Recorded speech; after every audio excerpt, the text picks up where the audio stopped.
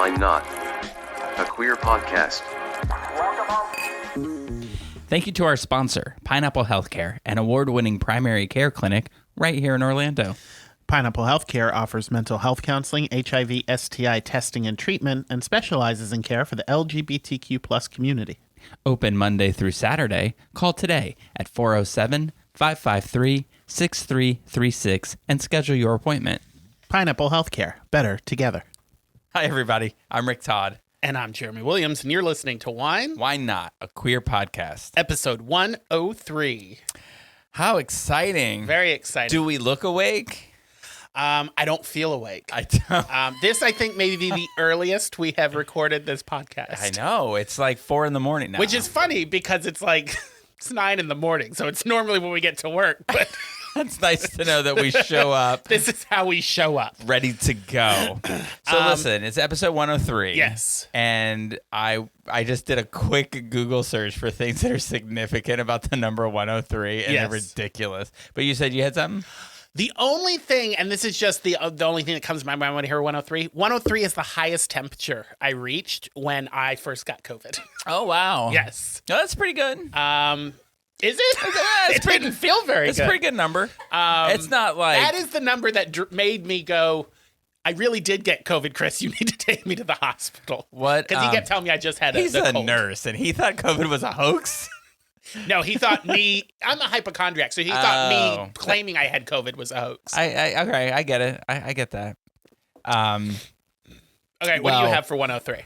Way less interesting than that is that the number 103 is significant because it's a twin prime, meaning it's a prime number that is directly next to another prime number, in this case 101, on the number line, making it relatively rare among prime numbers. Listen, I'm already tired. Don't push me further in. But now this is where it starts getting into the absurd. All right, so this is the meaning of the 103 angel number. Ooh. 103 is a... Wait a minute, is 103 the angel number, or is each number have like an angel number that correlates to it? I can only tell you what I'm reading, all right. And it says this is the meaning of the 103 angel number. Okay. 103 is a reminder that you have something unique and special to offer the world.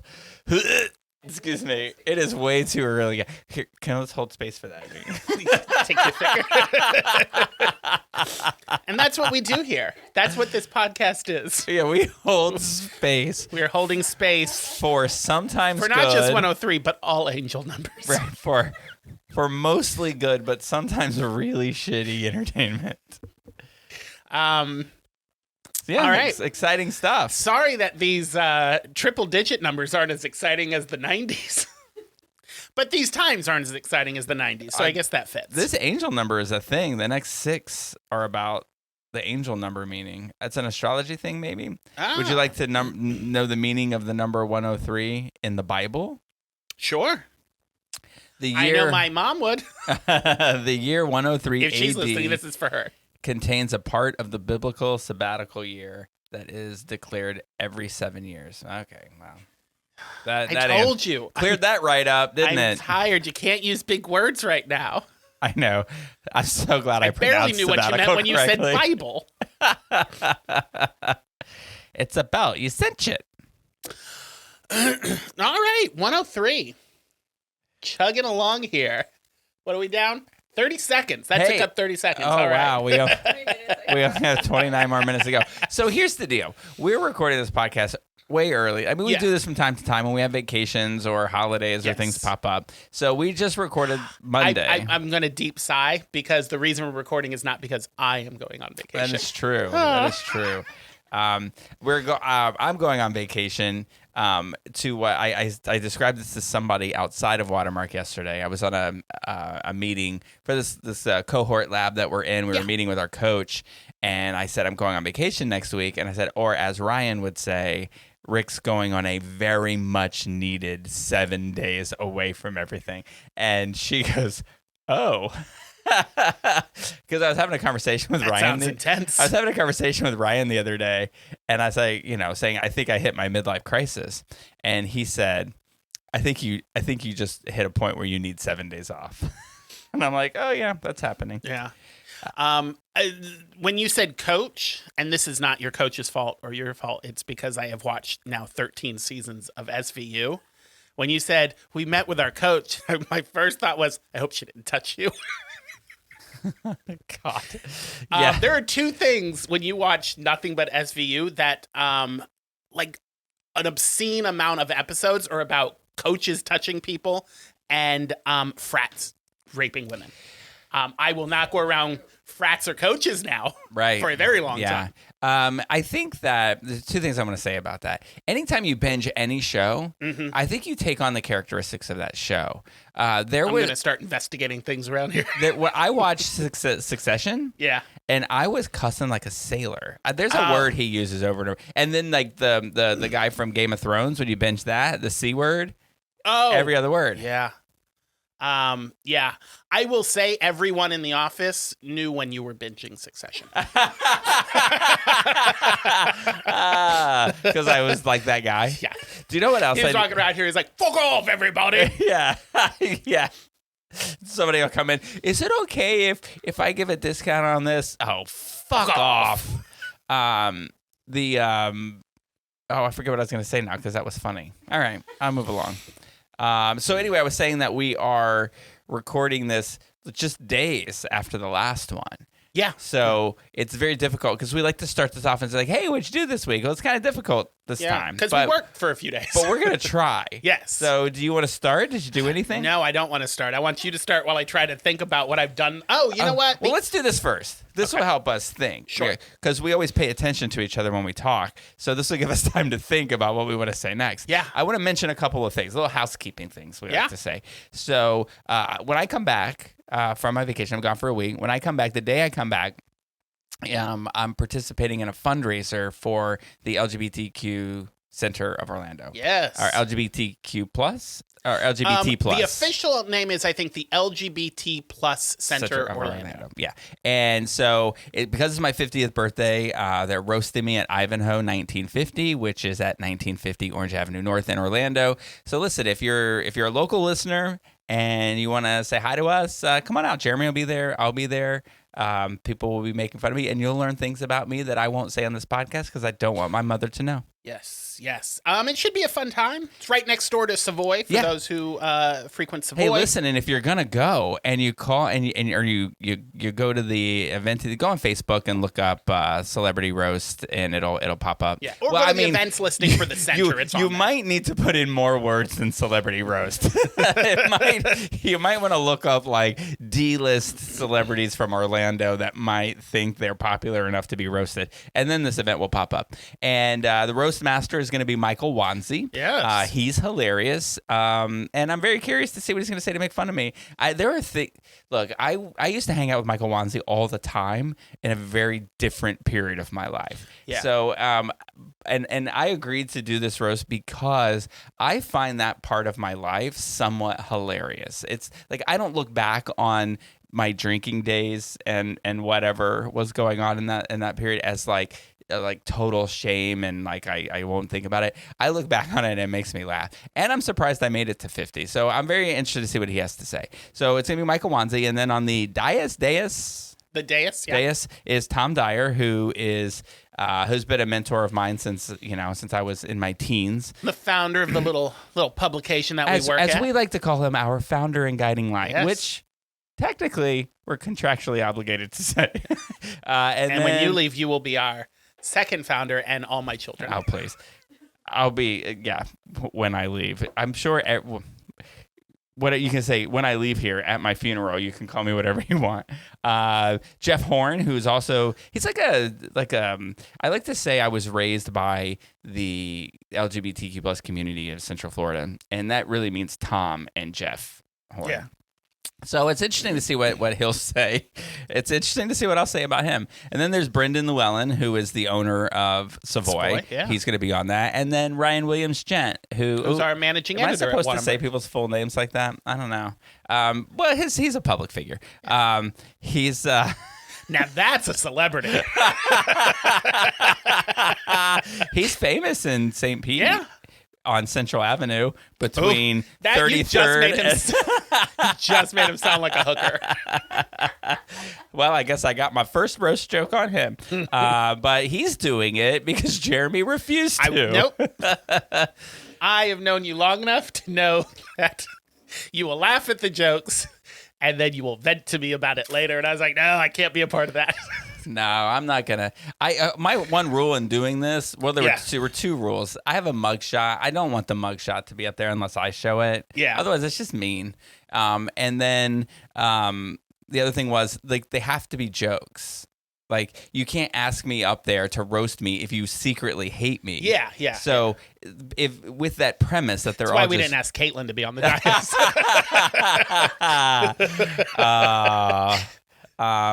Or the most recent former employee of Watermark. I hear they're coming regardless. Y'all. You forgot to mention there's also a special guest, Oh, there a surprise is. guest, and I'm not saying it will be them, but I feel like it's gonna be them. That would be interesting. There was a joke that somebody made because this person that used to work here at Watermark is a dancer at Savoy, and so somebody said the special guest was going to be them giving me a lap dance as a surprise, and I was like, oh my god, that's hilarious and terrifying, and so I hope that's not the case.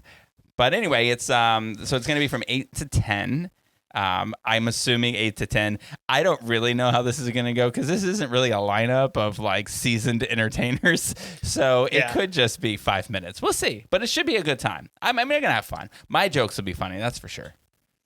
I'm looking forward to it. It's I mean, when I read the list of the speakers, I was like, that is a laugh a minute. I can't wait. I mean, I can't remember, the last time I laughed so hard is when I had a conversation with Jeff Horn and Brandon and Ryan. Now, I'm sure I've talked to Jeff Horn, but I've talked to a lot of people, and I'm trying to think, does Jeff Horn talk in a very slow ASMR-y voice? Yeah, I'm going to have coffee before that event, too. He does. But you know what? He also calls me Ricky. So it'll be funny because he'll call me Ricky the whole time up there, which is hilarious because he raced me. When did you stop going by Ricky? About 3 years before I met Jeff Horn. I think after college, when I got my first real job. Yeah, that's when it happens. I think Ricky Schroeder also, when he got his first real job, switched over to Rick. Actually, no, he switched over to Rick Schroeder when he went full on MAGA. And then remember he did that video and he was like in his like a cabin it looked like and he had the fire behind him and he's like, they're coming for us. And it was you gotta look it up. It's really quick. I'm pretty sure it was him. Either him or Zach Morris. No, I don't think it was Zach Morris. One of those blondes from the 80s or 90s went crazy and was like did a video in a cabin in the woods. Really? Anyway, it sounds like I feel like it's something he would Rick do. Schroeder would do. Because he kind of, he doesn't really share off. our opinions on a lot of different things, right? Yeah. All right, so there's that event. And then the Wednesday after that, so that Tampa Bay isn't left out of this whole thing, we have partnered, Watermark Out News has partnered with the Tampa Bay Gay and Lesbian Chamber of Commerce, or the Tampa Bay LGBT Chamber. And we're going to start doing like networking socials together. And the very first one is January 22nd at Cocktail, which is a fantastically decorated, wonderful bar on Central Avenue in St. Pete. I think describe the decorations. Well, it's really, they've got like, they use a lot of Edison kind of lights, like old timey things. And I think they've got this wall that's like cushiony and the pattern on it looks like the pattern that was on my wedding cake. And so I really like it. So it's really classy, really nice. I mean, there is a neon dildo chandelier in the entrance, but also there's a lot of really cool, classy stuff about it. Is that where Dylan picked up his Christmas sweater?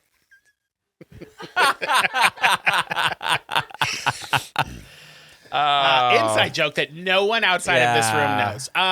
No, he had at our holiday party, for those who are listening, he had a sweater that had a phallic item on it, and But it said, what does it say? Do it for the dopamine, and then it had something on it. But he just thought it was really cool, like just do it so you feel good. But he didn't realize that it was an actual dildo on the shirt. Oh, it was an actual. I thought it just looked like a dildo. Oh, Yeah, he bought it from a Pride event, and so it was like that makes this so much and funnier. he had no idea. And I so, thought it just looked like a dildo, so we were like, I didn't know it was an actual who dildo. pointed it out? Caitlin, Oh yeah. Oh the connoisseur of dildos. well, then we know it was the dildo. She's she like, would Dylan, know. why is the mackerel 974 on your sweater? I've got that one too. Twinsies.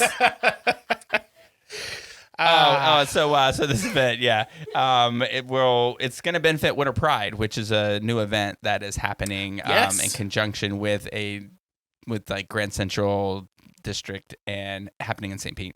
Should be a good time. I'm gonna put Winter Pride in quotations because, well, winter usually doesn't hit us. It has been very cold these last couple of days. We might actually have winter at Winter Pride, but generally it's moderate and cool Pride. Well, today it's going to get up to 70, but tomorrow it's going to be back down to the 40s. Yeah. I want to ask you because I obviously, it gets very hot here in Florida.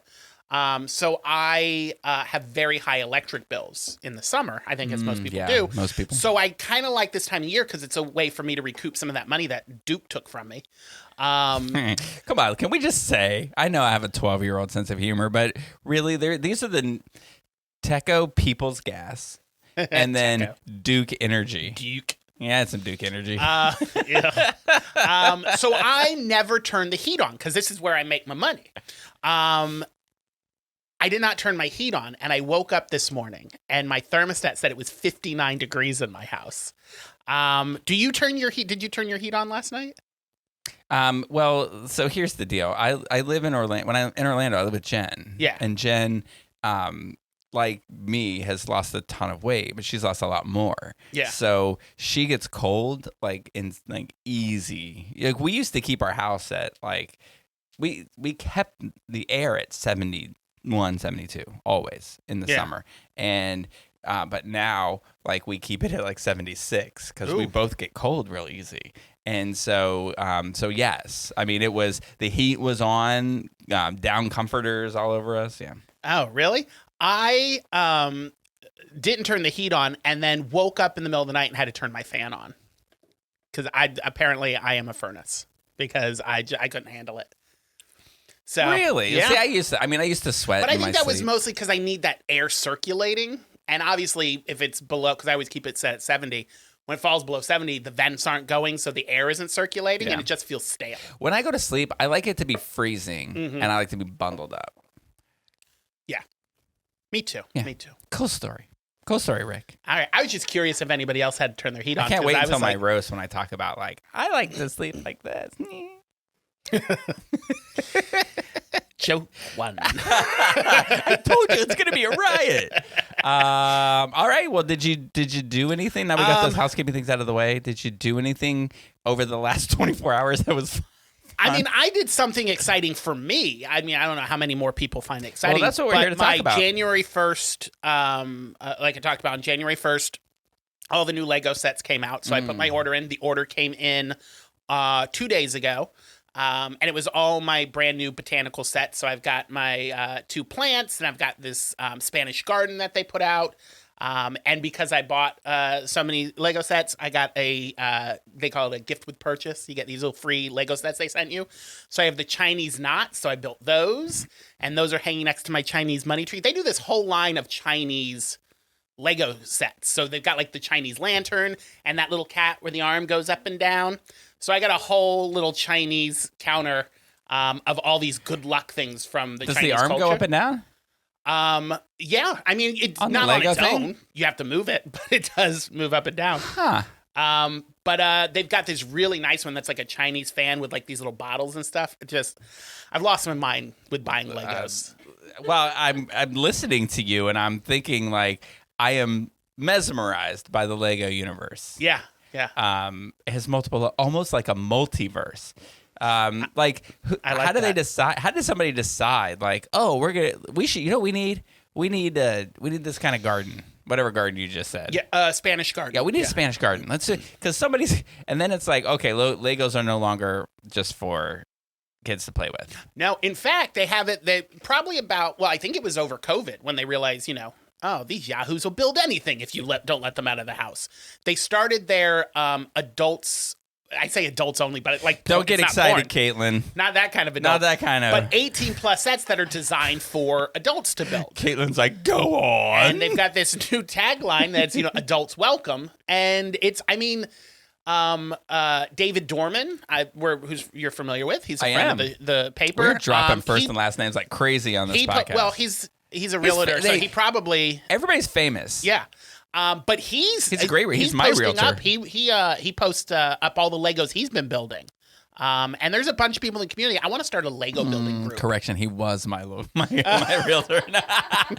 No, he is. We're Jen's. He helped Jen's mom get her house and Jen get hers, which is great because she didn't get it at first, but he's just good at what he does. And we ended up getting it. So I probably should have said award-winning David Dorman because he's won a shit ton of awards for it. So from Watermark. But yeah, so speaking there's a lot of adult awards, Lego builders now. Yeah. Should we give a shout out to the Wonder Awards? Oh, yeah. That's what we did this week. We put together the Wonders. We put the Wonder Awards out. So Watermark used to do the Wave Awards, which basically is the best of, which is the Watermark Awards for Variety and Excellence. Yes. But now we call them the Wonder Awards because we're changing everything this year. The Waves were for Watermark. But the Wonders are for Watermark Out News. Watermark Out News, Diversity, Excellence, and Resilience. Sorry. Awards. The caffeine is we were very getting me excited. We were very careful in naming these to not sound like that show on Out TV, which is like America's Next Superstar. So we didn't want to call it like awards. Now, I don't take responsibility for this because I wasn't here when they were invented, but a lot of people with the Waves, because Waves were Watermark Awards for Variety and Excellence. Awards. And people would call them the Watermark Wave Awards. So it was the Watermark Awards for Variety and Excellence Awards. And people would mock. In fact, your roast master, Michael Wanzi, in several of his columns have mocked us for this. So we were very particular about making sure it was not the Watermark Wonder. If you live in Central Florida and you have not been the subject of a Wanzi rant, then you haven't made it. You haven't made it. That's how we pick our celebrities. He made fun of me in one of his columns because he wrote a column that had absolutely nothing to do with anything queer. And I was like, we're a queer newspaper. It needs to say something queer. And so he went on about, like, the first 200 words were about him being gay and me telling him that wasn't enough, that he had to write about something that was queer. And then he went into it. So it's funny. Yeah. Good times. So anyway, so you built your Legos. To the Wonders. Oh, no, I thought we were going to talk about the Wonders. Oh, yeah. Go on our website. Go vote. Watermarkonline.com. For now. Hopefully soon it will be watermarkoutnews.com. And don't try and go buy it. I already did. Don't try to steal it and sell it to me for $1 million. I already bought it. Orlando Weekly saw dollar signs. This is our end. Go to the website. You can vote in Central Florida and Tampa Bay. Every email address gets one vote, and it's the nomination round, and it's the nomination round for another 5 days. So go do it. Actually, by the time this hits, you'll have 2 days. You have 2 days, yeah. And then we'll go to the second round, which is the voting round with the top 5, and that'll be up for a few weeks. And then we'll give out awards to the top 3, and we'll have a party of some kind, which we're working on a sponsor right now. So if you're listening and you got money sponsor and you want the Wonders. Listen, if you went to the Wave Awards last year and you're like, that was fun, but it was just like at a bar, and I miss the good old days when it was a big party and catered, and you're like, you want that, and you got some money, call us and sponsor the party. Give us some money. Give us some money. We'll have a big party for you. Yes. So I did the Lego, and like I said, I built them while watching Law and Order SVU. So does your Spanish garden have a gun in it? Or a rape whistle? I built a body underneath the Spanish moss, but I left the foot sticking out so Benson and Stabler could find it. But I finally reached season 13, which is where... You're halfway there. I am actually. I think it's 26. 26. I just saw today. She has... She's being interviewed. The guy that does the Morning Joe show with all of them, Willie Geist. Oh, yeah. He does a Sunday talk show. Yeah. And he's interviewing her this Sunday. Oh, nice. But yeah, the season 13 is when Stabler left because Christopher Maloney couldn't lock down a proper contract, and they went back and forth, so he ended up leaving the show.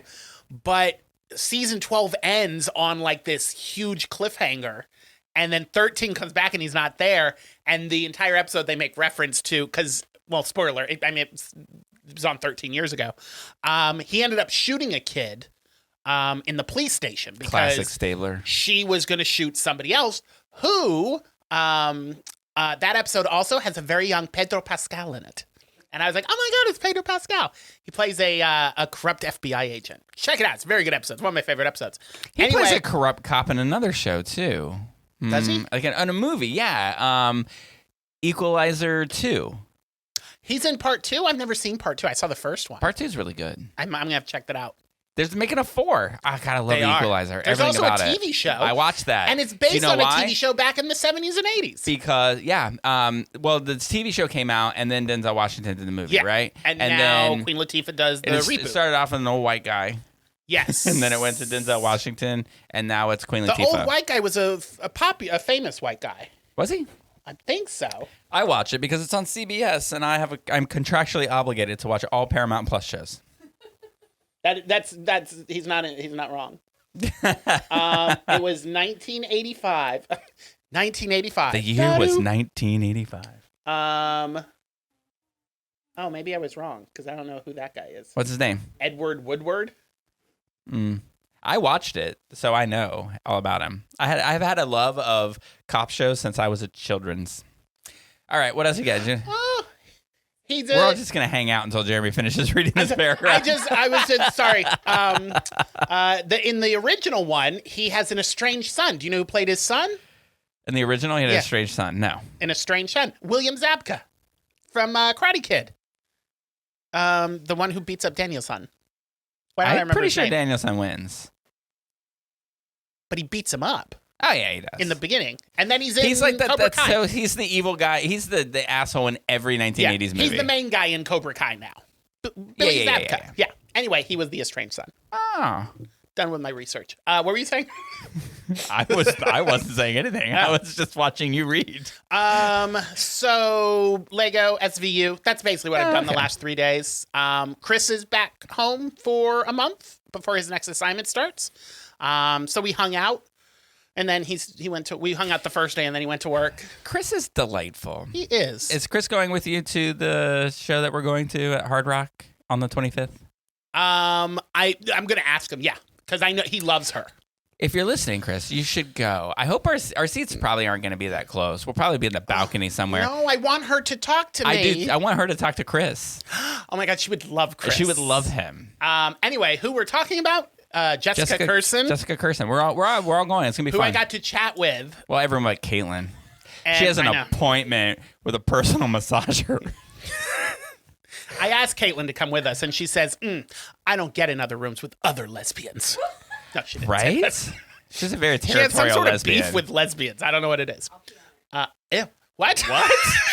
Oh my god! Oh, For those who Caitlin didn't just pick bust that out with up, "I'm gonna pee Caitlin on said, I'm her." going to pee on her, but not Oh in my a weird God. way, in a territorial way. Look, all the shit we say on this show, and then Caitlin says that, and we all went, "How I know, right? dare you?" We don't talk about pee. I forget what I was saying now. Anyway, I got to chat with her, and I was telling Caitlin this yesterday, because I went in, I was like, oh, she's a comedian and everything. But again, much like this podcast, it was early in the morning, and it was more like an NPR interview. And I think I loved that more than her trying to tell a bunch of jokes. That's hilarious because she's a screamer in Yeah. her sets. So am I. And we were both like Calm ASMR down, in it. Caitlin. We're like...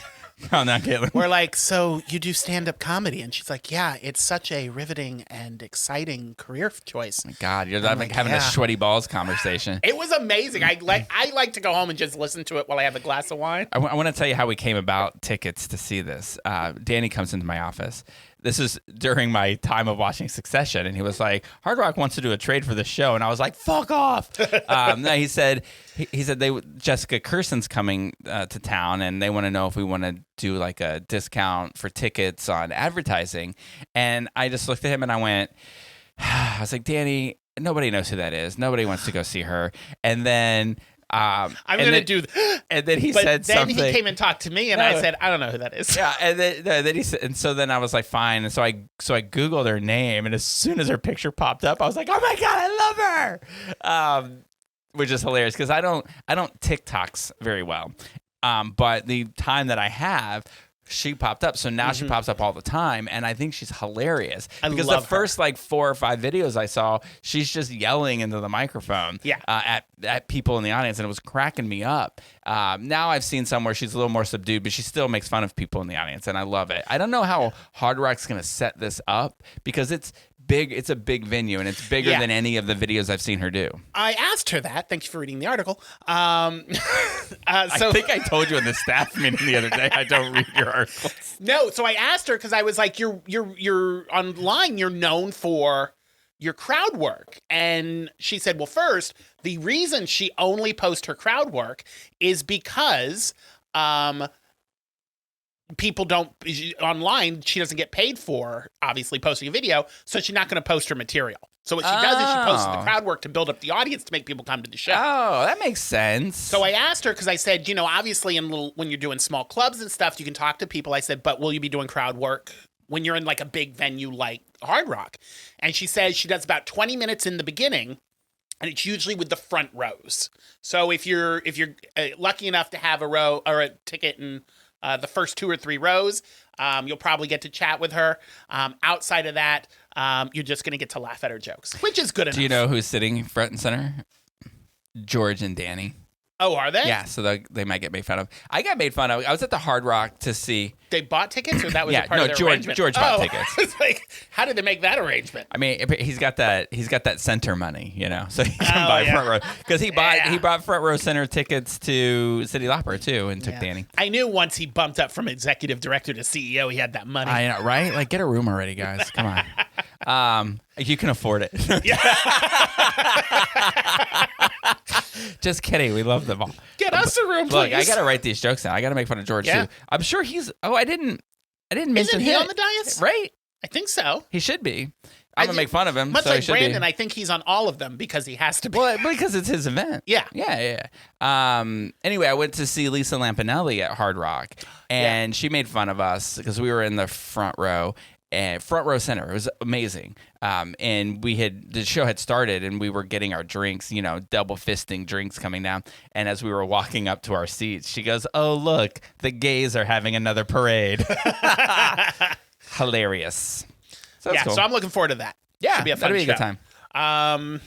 What did you do the last 3 days? Wow. I haven't done much. I've just been prepping for the cruise mostly, which is great, but I don't know if you're aware of this or if you follow the news or if my phone is just listening to everything I say and it's like, oh, this guy said cruise 3 times. Let me send him 17 articles about how everyone is getting sick on cruises. So, there's been norovirus outbreaks all over cruise ships in the last couple of months. Cool. And then a couple of people, and I don't even know what this is. It just sounds terrible. But a couple of people who were on a Royal Caribbean Symphony of the Seas. They got home, and after they got home, they got diagnosed with Legionnaire's disease. I don't know what it is. But that sounds terrible. Sounds terrible. We haven't had Legionnaires in decades, probably because they all died of that disease. Well, or RFK Jr. was on the boat. No, I'm just kidding. Oh. Allegedly, just kidding. I don't know. Anyway, but they couldn't tie it to it. So it's a pneumonia. Okay. It's a form of pneumonia. It's early. We're all struggling with the words. So I made a post. So I've got this chat group event page thing for everybody that's going because it's a big group of us going, and I just made a post and I was like, listen, you all need to be prepared to be vigilant about your health. I mean, my mom's up there in age. I don't want to give her age, but she's up there. But she knows she owed, and so I was like, carry tons of hand sanitizer, don't put your fingers in your mouth, don't touch the handrails. If you have to touch a handrail, sanitize immediately, wash your hands before you eat. I even bought gloves. So when I go to the buffet, I'm going to put gloves on to use the utensils because I think I said this on the podcast before. I watched a woman scoop nacho cheese onto her plate and some got on her hand and she licked her hand and then grabbed the next spoon. Ew, people are gross. But people just don't think about it, right? So just got to be very vigilant because getting sick on a cruise probably sucks. So I got to do that. I got to got to get my sanitizers, got my glove and my mask and all that stuff like that. But I did take my car in, right? Because I've said that my car doesn't have heat, and there's like this cold front going through the whole country. So I'm driving in my car. It's 40 degrees, which in Florida is cold. Yeah. I think it's cold anywhere. It's just super cold here. And it's a wet cold. Yeah. And it's just, God, it's terrible. But my seats are heated. Yeah. And the steering wheel's heated. But so your hands and your ass are fine, right? But if you don't have the air on and you're in your car, the windows will fog up. So I have to turn the heater on, but it blows cold air. So it's like freezing, and my back is warm, and my hands are warm, and so anyway, I took it in, and they're like, they said they figured it out what the problem is, but they have to order a part, and they said it would take 1 to 2 weeks to get the part in and fix it, and I was. Do they not have Amazon Prime? No. I should have looked up the part and see if I can get it on Amazon Prime quicker. But the good news is I'm going on a cruise. So I said, here, just keep it and fix it, and it'll be ready when I get back. And he said, maybe. He goes on a cruise on the 19th. I was like, I hope you pass this off to somebody else, or you give me a car. Yeah. Because I will have to go in there and care in this situation and get a car. Establishment, I don't know the name of it. I don't want to give out the name, but does that establishment not have more than just one worker? I don't know how it works, because he's like, it's only me. When I said I was going on a cruise, he goes, oh, great, it gives us more time. And I was like, can you please have my car ready? Because, I was here this whole week, and then I'm going to be away the whole week, and then I come back. I don't want to spend another week or two here. I mean, I got a life and a husband in St. Pete. I need to go to that. So we'll see how it goes. Yeah, so there's that. I'm starting my birthday today. You're starting your birthday? Starting it. See, I'm not usually one of these people that has a long birthday. No, I'm not. I'm with you, Jeremy. Like, I work on my birthday. I worked on the day that my dad died. We all work on my birthday. It's just what we do, right? Yeah, and like your birthday is, it's like, I mean, I just came in to do payroll. It's not like I was, like, oh, Dad died. Let me go to work. It was like there were just things that had to get done. Yeah. And so I just do them. And I'm like, and so if I work on my birthday, it doesn't anyway. But because we're going on this cruise, and because Jen has bought me presents that she thinks I will want to take on the cruise, we're going out to dinner tonight to have a birthday dinner with her family. Who is not going on the cruise, so that she can give me presents that I can then wash and pack and take on the cruise with me. That makes sense. So that should be kind of fun. I will say, she has a sickness. It's delightful, and I'm the beneficiary. It's not bird flu, is it? No. Okay. She cannot stop buying presents. I mean, Christmas was insane. And then yesterday morning, I walked into this room, and there were 15 wrapped packages on a table. And she's not even done. Like, that's just what she was willing to display. And how many has your husband gotten you? Well, those came in. My husband got me those Meta Ray-Bans, which I got to tell you are really fucking cool. So he got you one gift. Okay. Right. He gave me a gift. He gives me a gift every day of my life. Ew. We don't want to hear that. Well, he's in the next room, so I had to say something. No, those are really fucking cool. The Meta glasses? The Meta glasses, yeah. And they're great, like they're transition lenses, so they're sunglasses. Other than the Zuck can find you wherever you are now. Well, and you can find yourself where when I was drinking, I could really have used these. I'm not kidding, because there were times, and this is a Jeff Horn story, right? I woke up and I wasn't sure where I was, and I thought maybe I was at his house, and it turns out that I was, but I didn't know where he lived. And so I had to look around. He was sleeping, and I had to scrounge around his house for mail so I could find out where I was. And then I was like, oh, I can walk home from here. It was in College Park, and I lived in Thornton Park at the time. So I just started walking. And then I realized that I had a friend that lived at the halfway point, so I just knocked on his door. I'm going to tell you what, that was a crazy day. Was it a friend or a friend? No, it was a friend. I woke up I had a softball game at 10 a.m. that Sunday. And I started drinking at 11 right after that game. And that went on until like 3 in the morning. Oh, geez. So when I woke up, I was wearing my softball uniform from the day before with my hair all over the place, walking down busy streets in College Walk Park. of shame. That was as shameful as it can get. So I'm sure that'll pop up. I'm pretty sure I threw up in his backyard that night too. Yeah. So this is all gonna come up in this. Probably walking this with a whole thing. limp, your lipstick smeared. Yeah. Anyway, it is way too early for this podcast. I've completely lost my train of thought and what I was talking about before I brought that story up. So I was gonna move along. Anyway, presents. Lots of them. So you got 15 presents on the table. Good times. Oh, the glasses. The glasses. So I was driving in my car and I was just testing out things and I had the glasses on. And it's so nice because you can make phone calls with them and your hands are completely free. Now, yes, you can do this with earbuds in, but this is the freedom of not having to have those in and connect them and all that stuff. You just put the glasses on, they immediately connect. You tell it to call somebody, and it does, and it's great. But I was testing it to see if it would give me directions, and unfortunately, it doesn't do directions right now. Hopefully, that updates. But I was like, okay, well, what street am I on? And there were no street signs around, and within a second, it told me what street I was on, and I found that to be crazy. Anyway, they're pretty now, cool. can you, if say like I wear prescription glasses, can you get those with the prescription in them? Yes, you can. Fascinating. You absolutely can. Dylan actually put them on last night and to test them out, and was it like, adjusts to it, huh? or he has his own pair. Oh my god! I thought you were gonna say he put your glasses on and it adjusted his vision. I was like, I'm ordering one of these now. Oh my god! I think if it did that, they would cost more than $400. Oh, I didn't even know how much you Yeah, paid for I them. mean that's some magic right there. If you're listening, Jen, I hope all 15 of your gifts cost at least $400. I mean, by the way, that's just today. She's going to give me more on my actual birthday. It's crazy. Anyway, yeah. I want to point this out too. I went and got my hair cut yesterday, and it reminded me of something that I feel like I've been meaning to say, and I haven't. A couple of podcasts ago, we were talking about Thanksgiving and playing, what's that game?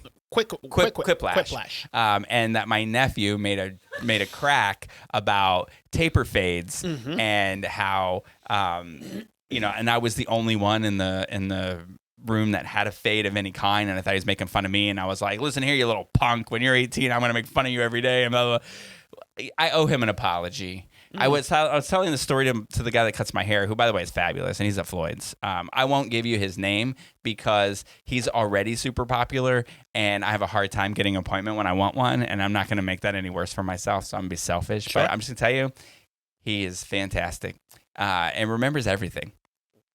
It's at the point where I just sit down and he goes, usual, boom, boom, boom. But that was like the second time I went. He was like, same thing as last time. And then he started asking me questions about things we talked about.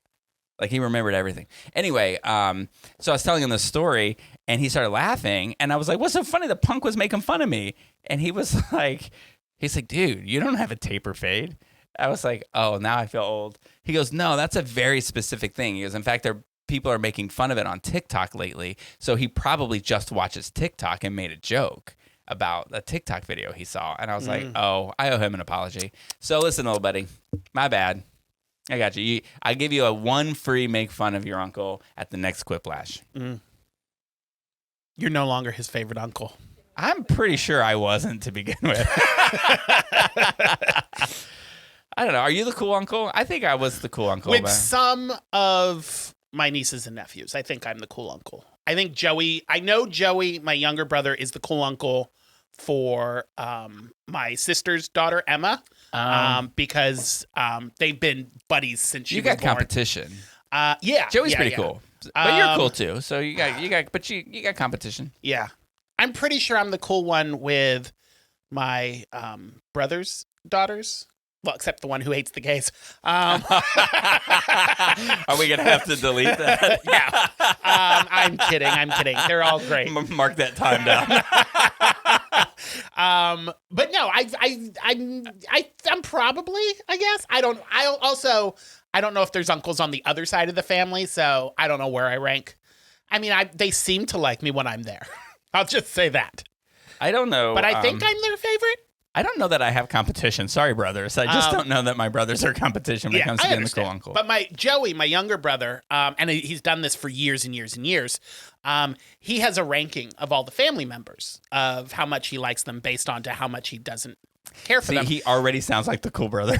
But it's one of those rankings that he shares with everybody. So like at Thanksgiving, I was talking with my niece and nephews, and they were all asking, well, where do I fall in Joey's ranking right now? And I was like, I don't know. So I had to call him and get the latest rankings because it's become an obsession with some of them. That's a brilliant idea. Yeah. You want people to do nice things for you and your family? Yeah. Start a ranking system. And then like say, oh, I put out the new rankings on this day every year or every month. And then as you get close to it, they're like, oh, I need to do something nice for him. There's people in the family like, I don't care what your ranking is, but you can tell that they care. Here's what we're going to spend the next 10 minutes, and I'm going to rank Watermark employees. Go. Number 1. Well, I mean, come on. If I don't, I'll be divorced. I'm not going to do this. Oh, well. We'll do it for you. No, I already did that once during COVID, and it didn't go over very well. Oh. I'm kidding. Oh.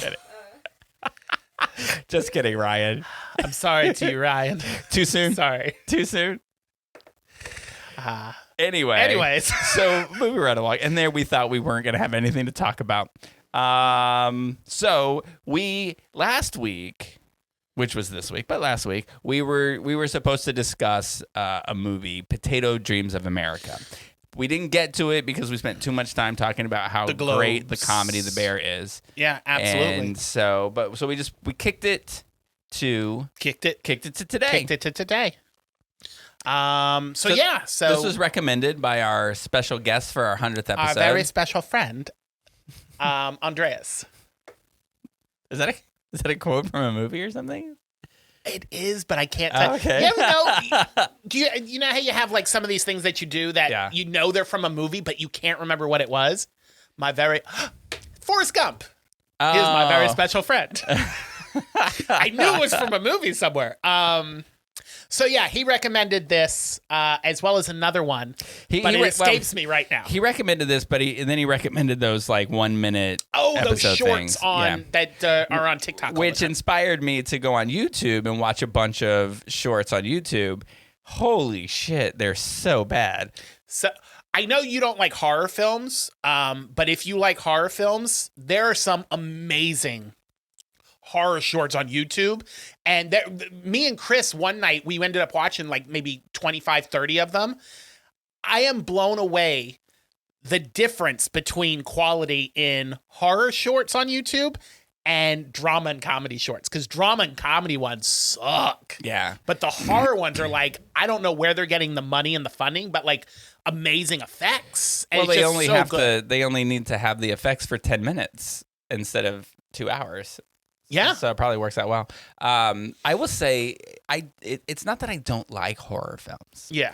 It's that they don't like me. And so, like when it's like an old person who likes spicy food.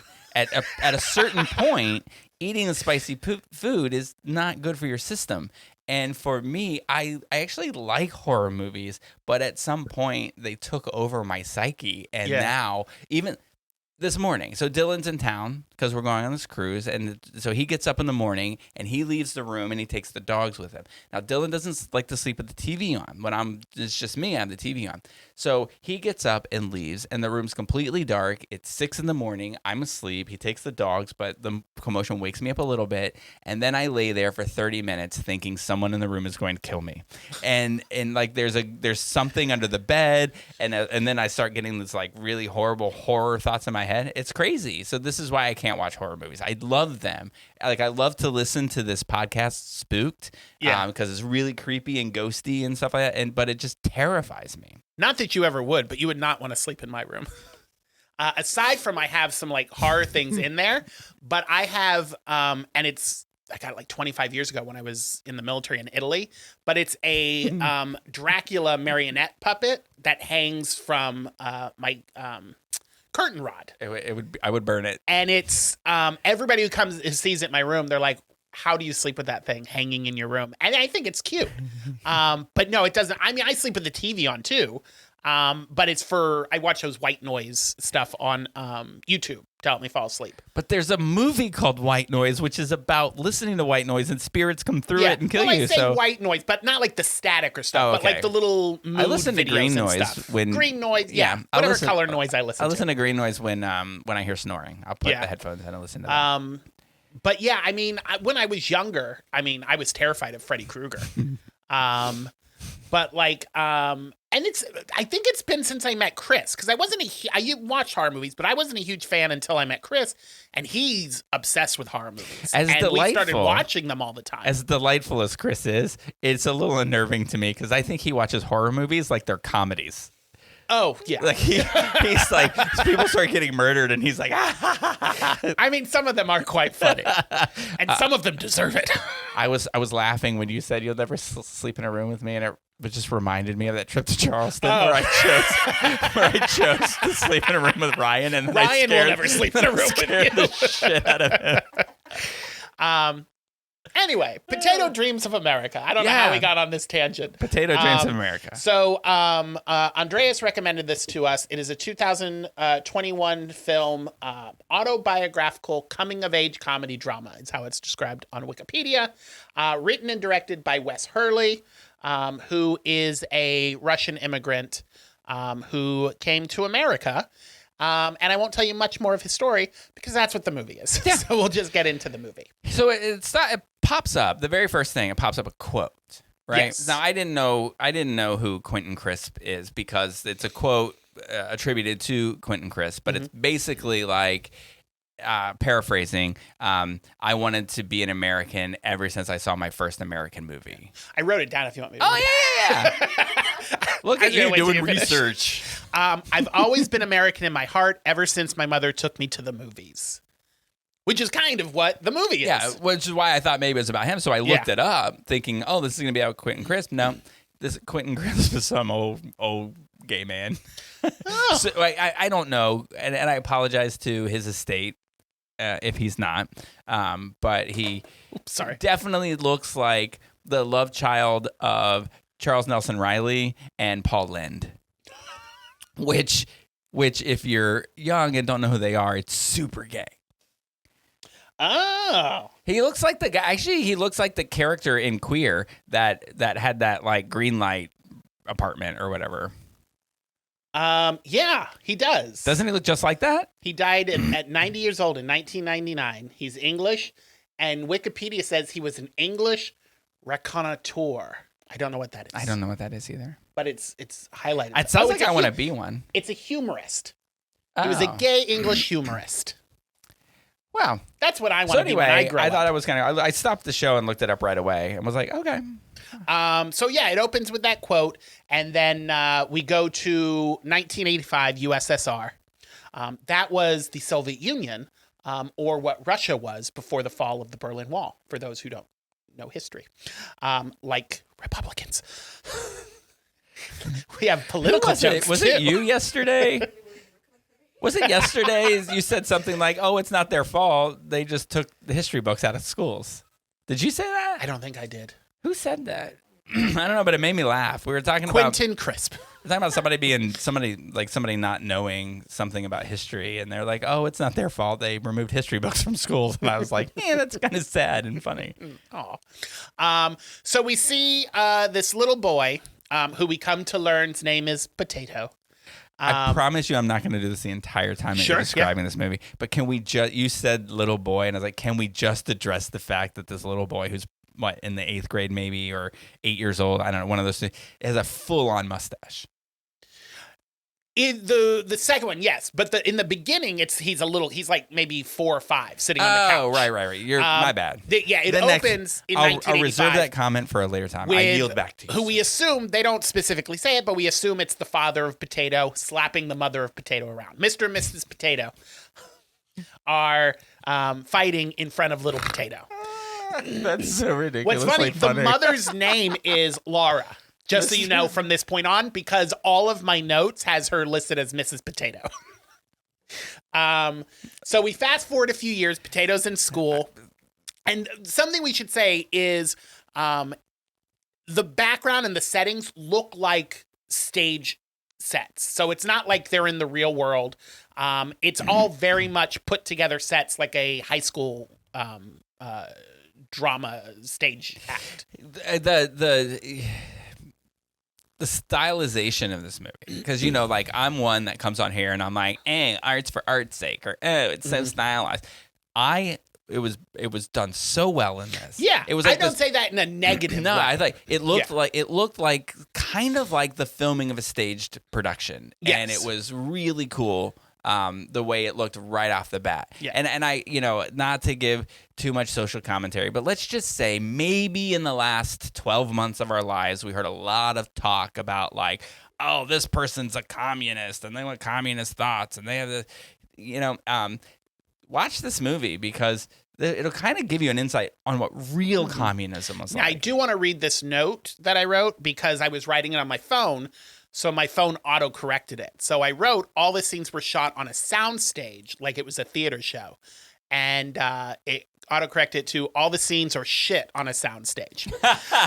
I don't agree with what that says.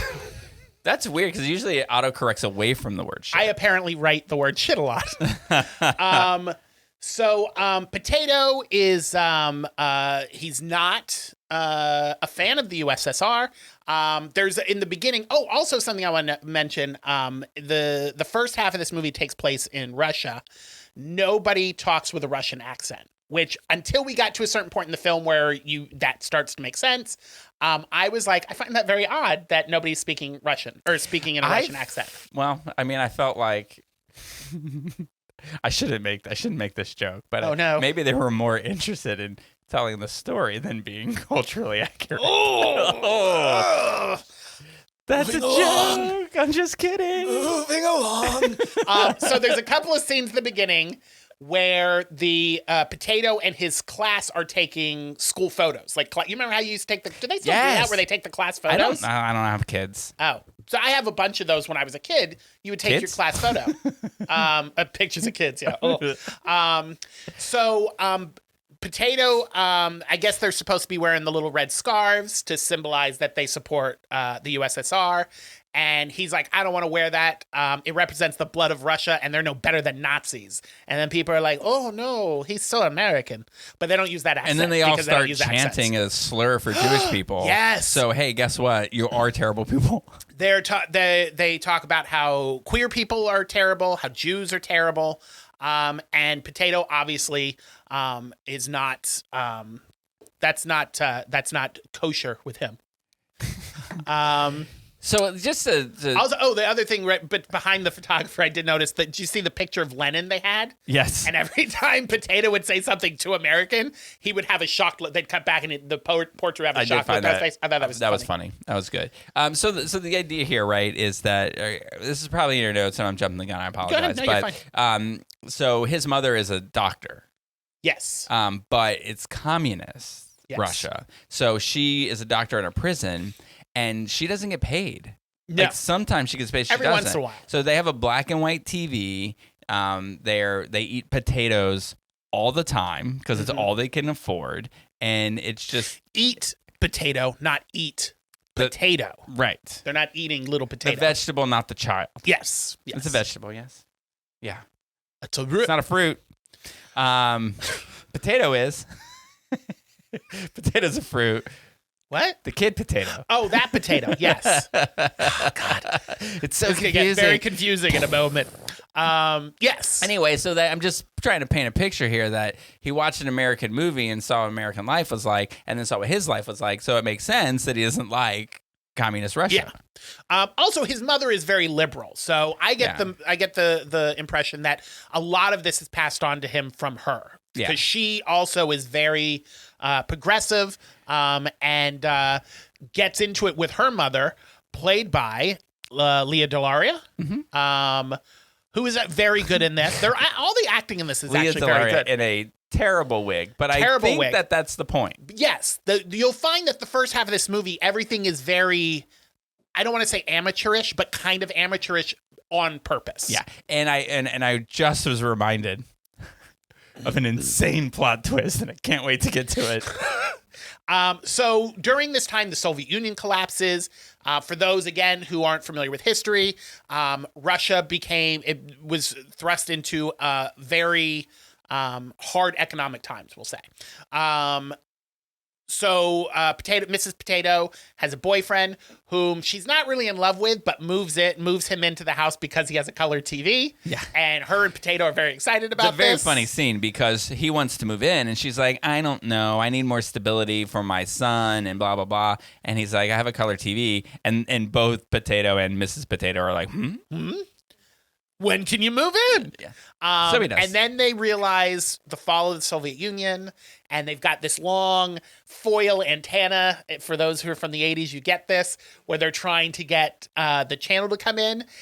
And they finally get a third channel, which plays American movies. And Potato is so excited. So at school, because of the fall of the Soviet Union, 2 Christian missionary women come to Potato School and tell him all about Jesus. And this is one of my favorite parts of the movie. When Potato learns about Jesus, Jesus shows up for Potato. So only Potato can see him. And but he's Jesus played is by... there, and he's played by Jonathan Bennett. From that terrible, horrible movie, Mean Girls. I'm just kidding. It's amazing. I love it. Do you know that he also hosts like some sort of cake decorating competition or something? He's become like a spokesperson of the gays. He's what Neil Patrick Harris used to be. And he's done some Hallmark Christmas movies. The one I know you've watched this because you watch all of them. The one with the same house, but it's 3 different time periods. Yes. And then him and his husband adopt a kid. Yes. His husband is from Crazy Ex-Girlfriend. How do you know I watched that movie? I just know you have. Did we talk about it? No, I just know you have. I think it's like part of my Paramount Plus contract. It's like a writer that I have to also watch Hallmark movies. Yeah. Begrudgingly. During the holidays, every time I come to your house, the Hallmark channel is on. So It is not my fault. I know it's not your fault, but I know you watch it. So I know you've seen this movie. If I've seen this movie, I know I gotta you've tell you seen what, it. I liked. It's a good movie, though. I love that movie. It was a good one. It was a good one. I was interested in Hallmark movies when they first started. Yeah. And I was like, oh, this is kind of cool because I also I can't watch 5 minutes of a Lifetime movie without being sucked into it. And it sucks when they were like miniseries and there was it's like 16 hours, but then you catch 5 minutes of it and they're doing a rerun and you're like, well, that's it. That's my day. I'm watching the whole thing. Yeah. But when it overtook my nightly Golden Girls routine, I was like, I don't like this anymore. Yeah. So this was funny because Potato comes home with Jonathan Bennett, Jesus, and he says, Mom, I found Christ.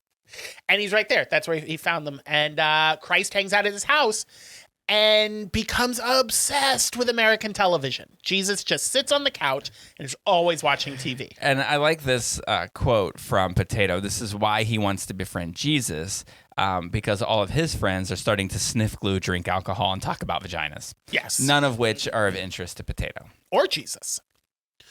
Because I don't know if you know, Jonathan Bennett is gay. So that means Jesus is gay.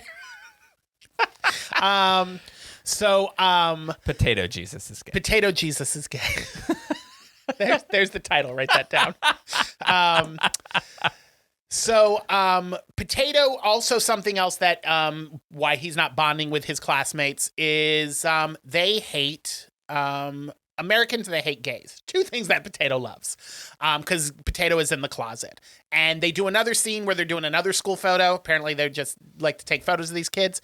And the teacher reminds the students that there are no gays in Russia. That's an American thing, like drugs, perverts, and AIDS. And I was like, all right, you win this round. You're like, 2 out of 3 ain't bad. I mean, it was the 80s. Are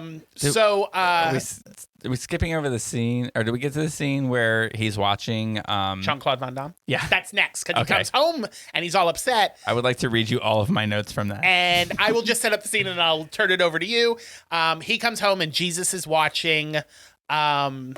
Bloodsport, is that what it is? It looks like it must be. It was a Jean-Claude Van Damme movie on TV where he's wearing what looks like just a loincloth while he fights another half-naked man, all very oily and sweaty. Go. All I wrote down with that, because listen, I grew up during this time, and I've seen that movie probably live, and I don't know if maybe I just hadn't hit that awakening yet or whatever, but as I was watching this one, I just wrote down Jean-Claude Van Damme. Yeah. Holy shit, He was hot when he was younger. Good Lord. Yeah. I mean, Anyway. we all were, weren't we? So then it gets uncomfortable. Yeah, because on the couch, while watching Jean-Claude Van Damme, with Jesus, Potato has... He pulls a Caitlin. He has an experience. He has a moment. He has a moment where something happens down there. And then he's like, it gets real uncomfortable because it's like on his hand and he's like, Jesus, what is this? Basically, something happens. Yes. There's evidence of something happened. As I say in my notes, and this is how I say this when I'm talking with my friends, when something like that happened, it's bark. That's what happened. He barked all over his hand. I think I need therapy. But then he wipes it up, and he basically throws a rag in Jesus' face. A dirty rag in Jesus' face. And he's like, "What are you doing? Stop!"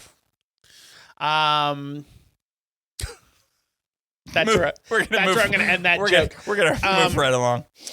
So, Potato's mom is reading a newspaper. You all remember what those were, right? They're papers that have the news in them. And there was an ad for a mail order bride. So it's an ad in a Russian paper of where Russian women can put their profiles to this company, and then men in America send away for a Russian bride, which was a big thing back in the day. So she sends the letter, and she gets a response back from a man named John. He works at Microsoft, which is all right, a pretty good job there. And they're going back and forth with the letters. And eventually he says, "Come to America. I bring you to America." Well, he probably said, "Come on down to America. Come on down to America."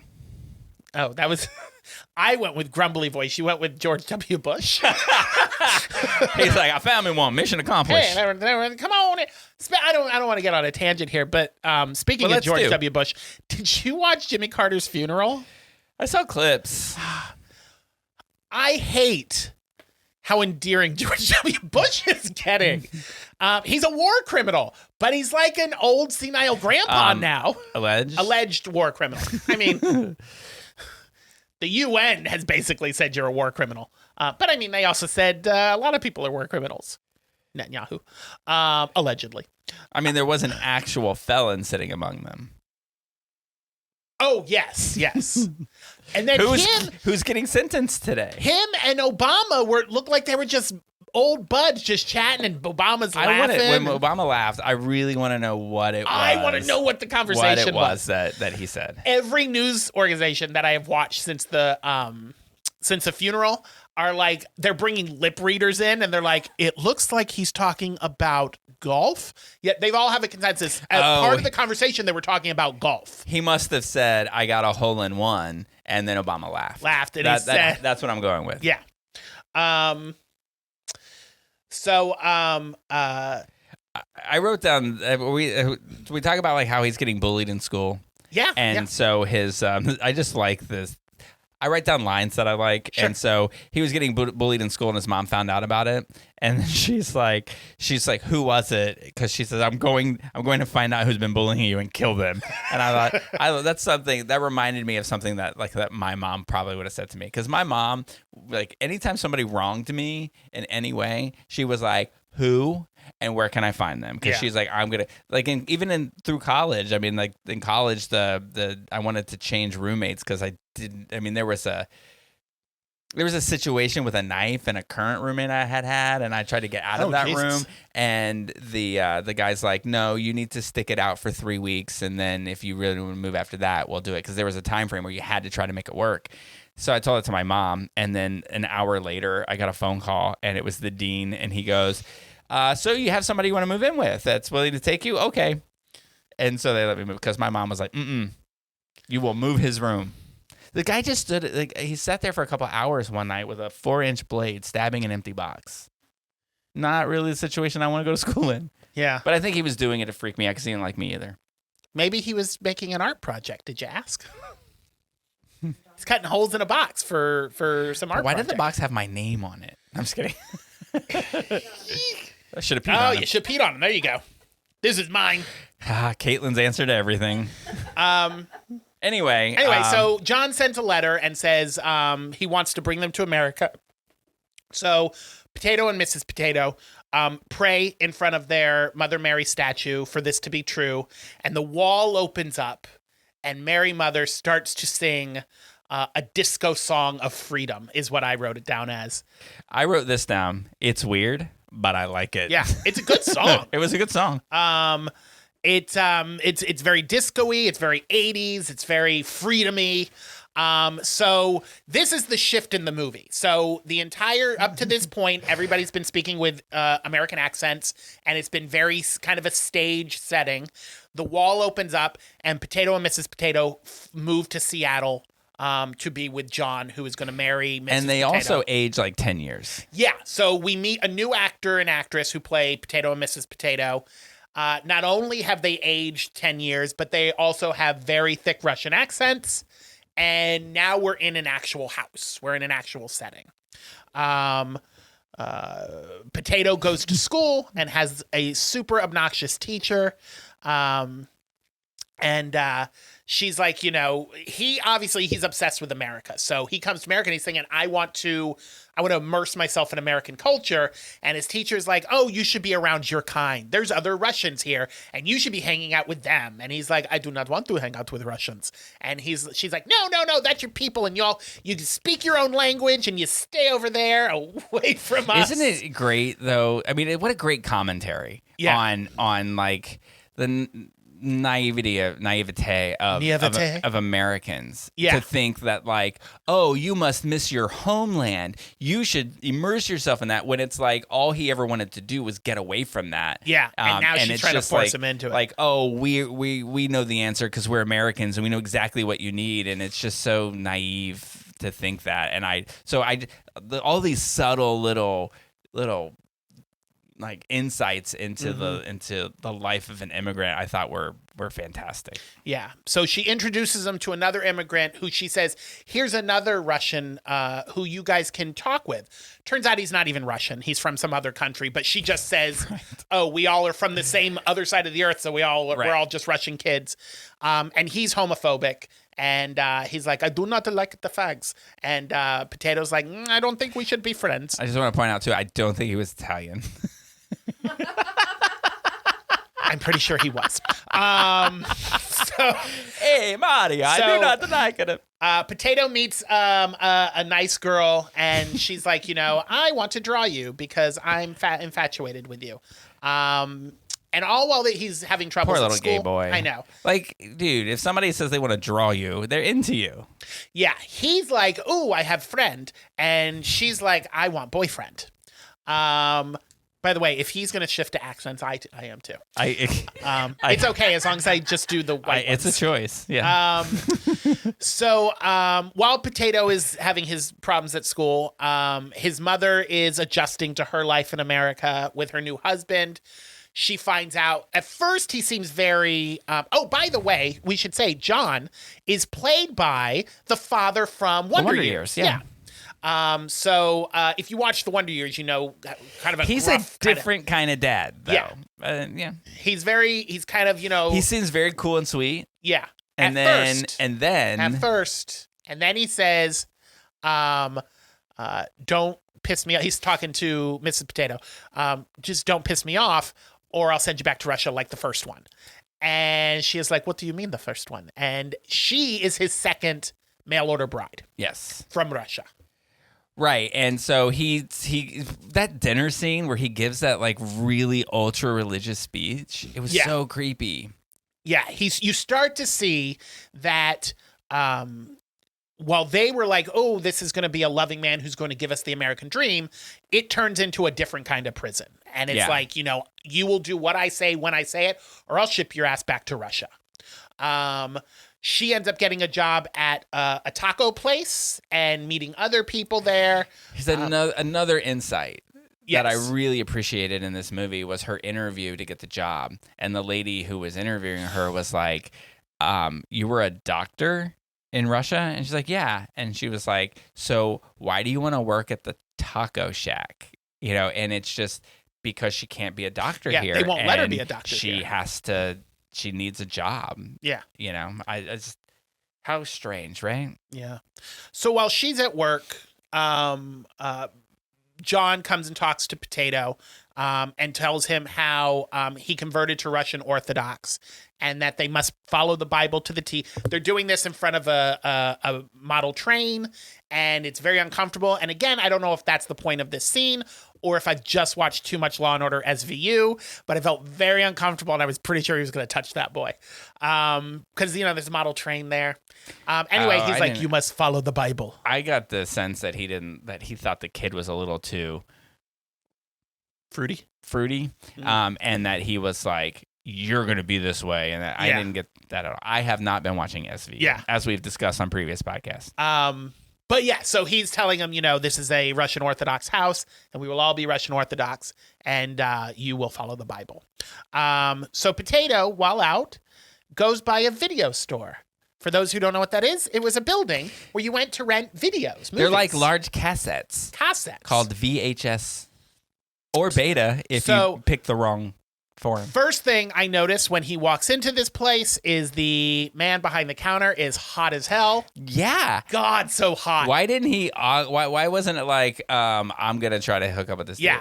God, so hot. Yeah. And Potato's walking back and forth by the gay movie section. So he's looking at all the videos in the little gay and lesbian section. And come on, all of us little queer kids know exactly who grew up when there were video stores. We know exactly what it is. Usually there was a curtain and it wasn't closed all the way, and you could peek through to see the. Mm-hmm. How badly do you want to watch the movie Living End? I'm intrigued. I want to. Is it a real movie? I don't know. I want to look it up, but I'm afraid maybe you'll get on a list. Well, I mean, it is Florida now, and after January 1st, I don't know if you can see it, but I want to see because it looked like a real movie. Yeah. So he finds this movie, he rents it, and he goes home and he watches it, and he enjoys it. Not like he enjoyed it with watching Jean-Claude Van Damme. Maybe, but he enjoyed it off camera. Yeah. Then he climbs out of the window and goes for a run. It's how he prays the gay away as he runs. He's trying to run away from it. Yeah. Literally and metaphorically.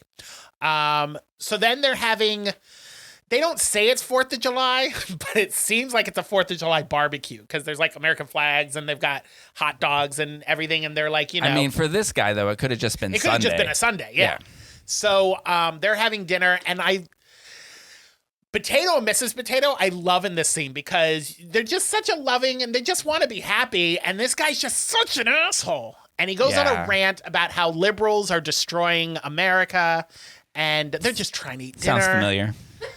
And he's just trying. They just like, yes, can I just eat hamburger? But see, here's another thing. Like, I feel like they're subtle, and I don't know if people are gonna pick up on it. They don't hammer it over your head in this movie about these sort of things. But if you just look at her face, Mrs. Potato's face.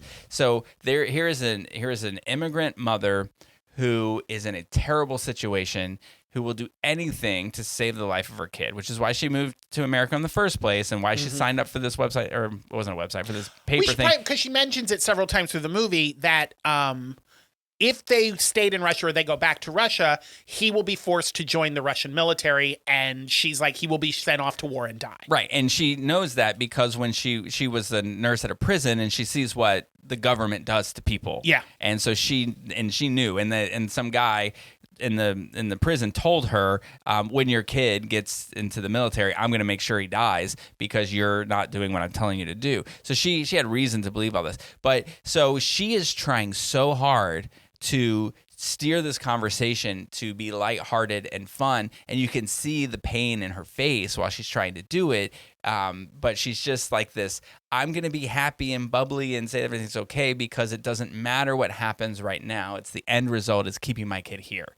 And that's a testament to mothers, to the shit women have to go through at the hands of that whole patriarchal male, I run everything crap. And I mean, it was just a quick few minutes in this movie, but it said a lot to me, and I really appreciated it. Yeah. So Potato and Mrs. Potato are in Potato's room sitting on the bed, and Potato decides it's time to come out to his mom. And he tells her that he's gay. And I wrote here, he said, he's gay, a real gay all the way. And she... Oh, because she said something like, everybody's a little gay. And she's like, I think that some of my friends are beautiful. And he was like... I am a real gay. No, I'm gay all the way. All the way. So his mom's like, you think I care that you're gay? She doesn't care at all. So they have a moment where they cry. It's very and hug, sweet. very I loved sweet. it. And then Mrs. Potato takes Potato to have dinner with her manager at the taco place, who is a lesbian, lives at home with her lover, and she has her other gay friend over. And the Potatoes... have a dinner with these, and he says, you are the first gay people I have ever seen, I have ever met. And he thought he was the only one in Russia. Yeah.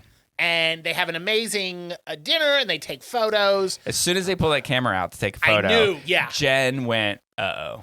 Because she's got, as all gays do, has a rainbow flag hanging in their living room. That's how we knew they were gay. Yeah. And then they take a photo in front of the rainbow flag. It's not gay if you don't rainbow it. It's the 90s, so it's not the progressive one. It's the old one. The 90s were so non-progressive. I know. So he's so excited. It's like, you know what? I think things are going to be okay. I think this is all going to work out. Yeah.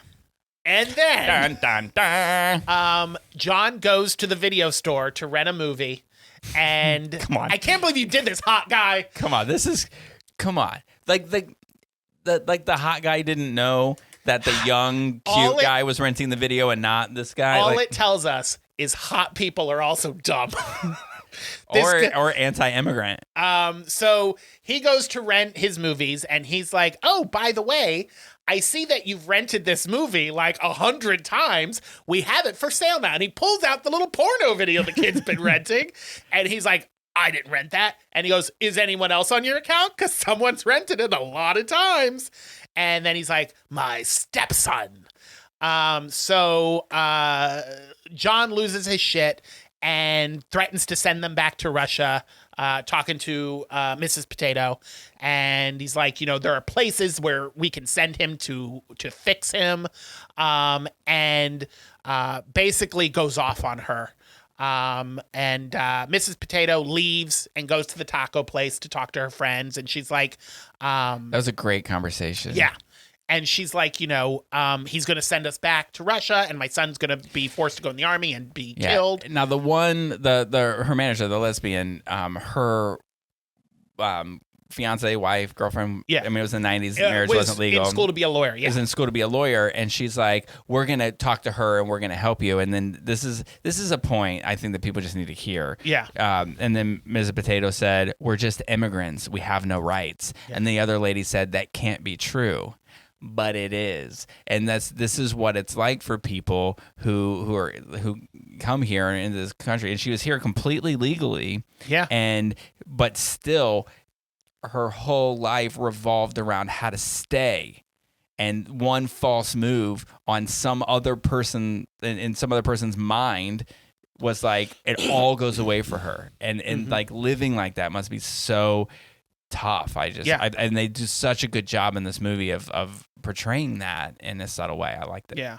So while she's at the taco place, John is driving around, and it's like this little montage. Like he's conflicted about, so maybe he cares about her, and he's like, I don't want to ship her away. But did you get that sense? I got the sense that he's driving around like a madman, fuming.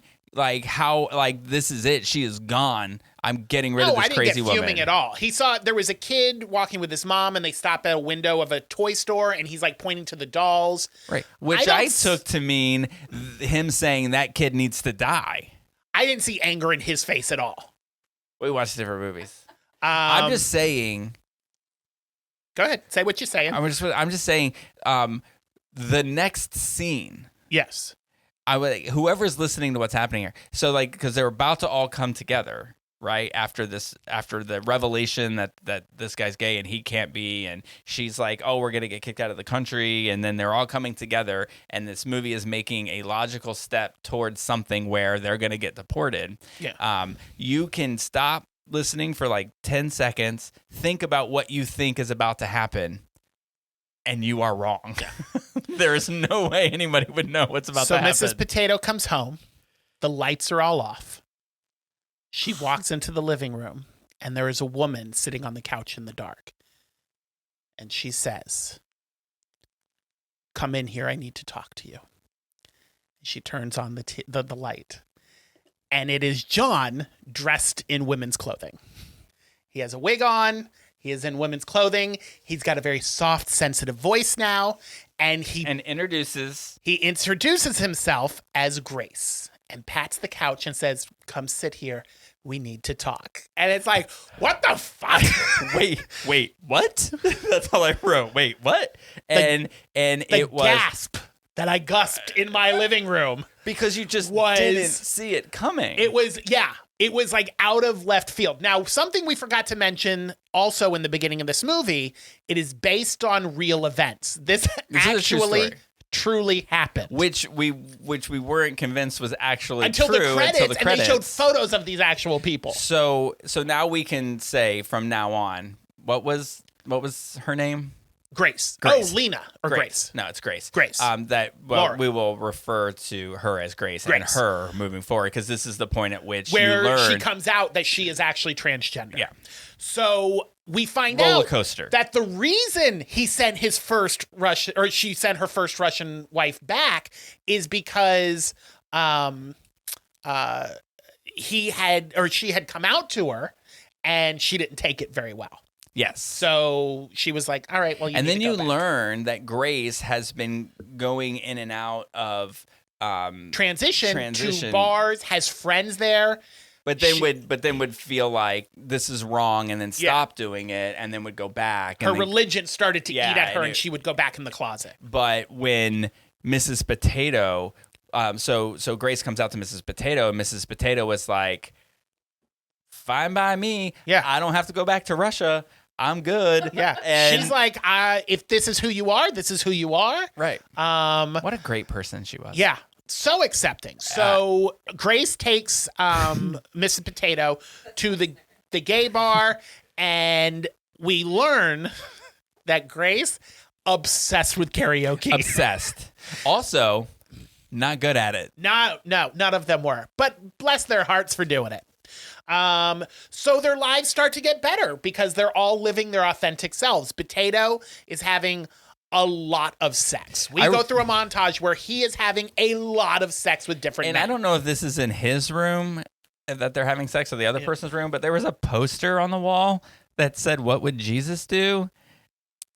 He probably wouldn't have sex on that bed. But and he realizes a lot of these men are fetishizing him. Like, ooh, talk to me in Russian, or I love your accent. Yeah. And the entire movie has been trying to assimilate into American culture, and everybody he comes in contact with is, oh, you're so Russian. You should stay very Russian and talk to me in your language and your accent. So he's living his best life. I should mention that all the men that he's having sex with, most of them, if not all, I can't recall, are very hot. So he's having good sex. Well, hot sex. I don't know if they're all good at it, but he's having some hot sex. So it's good. And Mrs. Potato, Potato calls him because she can't take it anymore. And he's like, what do you mean? And we're thinking, as you're watching it, you think, okay, it was just a lot on her. Yeah. She now has a wife and it's just too much. Turns out the trans thing, not an issue to her. It's the karaoke. She can't she has karaoke parties at the house. They're constantly there, just constantly singing karaoke. And she's like, I can't take this shit anymore. So she sits Grace down. And they don't show the conversation, but she's has a nice warm smile on her face and is like, Grace, we need to talk. And she sits down and says that she wants a divorce because of the karaoke. Potato, who I believe lives on his own now. He has his own apartment. He's talking to his mom, and he's like, "Have you talked to Grandma? What did she say?" And she's like, "Yes, I called Grandma and told her. Grandma said that I too must have a sex change so I can be the man in a traditional relationship instead of getting divorced." That was the Russian grandmother's plan for this. If Grace is going to live as a woman, you now must live as a man and keep your marriage. So we cut to Potato in Good bed old grandma. with this cute guy who is in the Navy. You see they're naked in bed, so you get to see the Navy guy's bare ass, nice ass. He puts on his uniform, and he's like, I'm going out. He's going back to Iraq on a tour in Iraq, and he's like, I'll write you, I'll miss you, I'll be back, blah, blah, blah, blah, blah. They kiss. Potato is having a wonderful life. So then we cut to the next scene, which is back in Russia. It's the young Potato and the young Mrs. Potato, and they're sitting on a couch, and they're in the airport, and they're getting ready to fly on a plane. It's flashback to when they're flying to America, and then you hear someone yell "cut," and you realize that the first half of the movie was old Potato filming the movie that is the movie we're watching. Yes. Of his life, of how he came to America. Which answers the question as to why the set was the way it was. And why nobody spoke with accents. Yeah. Because Potato is a terrible director. So it cuts and you see older Potato behind the camera, and his mother walks up and gives him a hug, and roll credits where we see photos of the real Potato and the whole Potato clan. Yeah, and The real whole bag of Grace potatoes. and all of that, what an incredible story. Absolutely. The look of this movie looks like, and I think this was probably intentional, looks like one of those independent films shot in the 90s. And it just has such a of its time feel, but also a very timeless. And I think that's just because of the state of immigration and homophobia and transphobia. It's such a timeless and timely movie, and I thought it was fantastic. The style of it reminded me a little like Jojo Rabbit kind of a thing. A little bit, yeah. But I just gotta say, I don't know what to say about this movie. So I loved it. Yeah. I just think it's a perspective that needs to be shown now. Maybe it'll be digestible for people because it's like a white kid. But I mean, the story is universal when it comes to immigration, I think. I don't have that experience. I would never know and shouldn't make those sort of blanket statements. But it just was, God, it showed a perspective of life that's so different from what I know. And I just really thought it was done well. Yeah. Great movie. It is available to watch for free on Tubi. I rented it. Oh, you rented it? It's on. I actually might buy this. I think it's available to purchase for like $9.99. So I might actually buy it because I really love this movie. But if you wanted to watch it for free, all you have to do is put up with the commercial breaks. A few of them pop up in very weird situations, but that is not the movie's fault. That is Tubi's fault. But it was a good movie. I loved it. I give it a whole bushel of grapes. We're doing 5 now. 5. I give it 5 grapes. Yeah. Every gay person, every immigrant, and everybody who thinks they have a problem with gay people and immigrants should watch this movie. I'm gonna say 4.5 because I don't. To just jump 5 is like it probably deserves it, but 4.5 is a pretty good rating too. Sure. It's definitely something people should watch. I really enjoyed it. If we had watched this prior to 2025 or in the first 100 episodes, this would definitely be at the top of my best things we've watched list. Yeah, I agree with that. And so I'm gonna say Andreas is 1 for 1. Yeah, he recommended this and we really liked it. I don't know that I'm gonna jump on the bandwagon of his second recommendation, but I probably should because this was his recommendation. It was really, really good. What do you think Rotten Tomatoes was? Rotten Tomatoes loved it. Actually, no, they probably were like, potatoes? Fuck potatoes. There was not one French fry in this whole movie. His name should have been Tomato and Mrs. Tomato. I'll say critics gave this a 90 and audiences gave it a 92. Critics 91. Oh, all right. Audiences 85. Fuck you, audiences. I'm just kidding. I love you, audiences. We love our audience. I'm sorry for lashing out at you. Yeah, I disagree with that rating. I would give it 100. It definitely deserved higher than that. It was really good. It's rare for me to watch a movie for free and then say, you know what, I'm going to find this movie and buy it. Yeah. But I'm going to buy this I'm going to one. find The Living End. The what? The Living End, the movie that he kept renting. Oh, yeah. Yeah, and I'm going to buy that too. I really liked it. I have this question though, right? I always question this. Like this guy told his story. It's much like Baby Reindeer. Like that guy told his story, and it's great, and it's getting all these awards, and people love it. I hope that his next project is as good. Yeah. You would think because it's, because of his style and all that, like he did a good job with this movie, but he's telling his story that he's got this great passion for. What else can he do? Yeah. I mean, I think and I've seen directors like this before. You just need to make sure whatever you're doing, you still have a passion for. Don't do it for the money, Potato. Do it for the passion. Don't do it for the spuds. Nope. Do it for the Gratin. All right, so we already know what we're going to cover next week. Yes. Remind me. It's Feeling Something. It's a movie. What is it? It's about Feeling Randy. Feeling Randy. There you go. Let me write that down so I don't forget. So if you want to play along, watch Feeling Randy, and then we're going to talk about it. This is a suggestion that came to us from one of our fans who's on Instagram. Who's recommended several titles that we've done, which have been great. So keep that in mind. Always reach out to us on Instagram or Facebook, and if you got suggestions of things you want us to cover, we will. Clearly, we will. Yeah. Because sometimes we suck at picking things. We watch some shit because we suck at it. Yeah. But please recommend everything you can, because when you stop recommending things, I'm going to be forced to watch DILF 3. So keep them coming in. Alrighty. Well, you all enjoy your time. You enjoy your time on the boat. And until then, the cork is back in the bottle.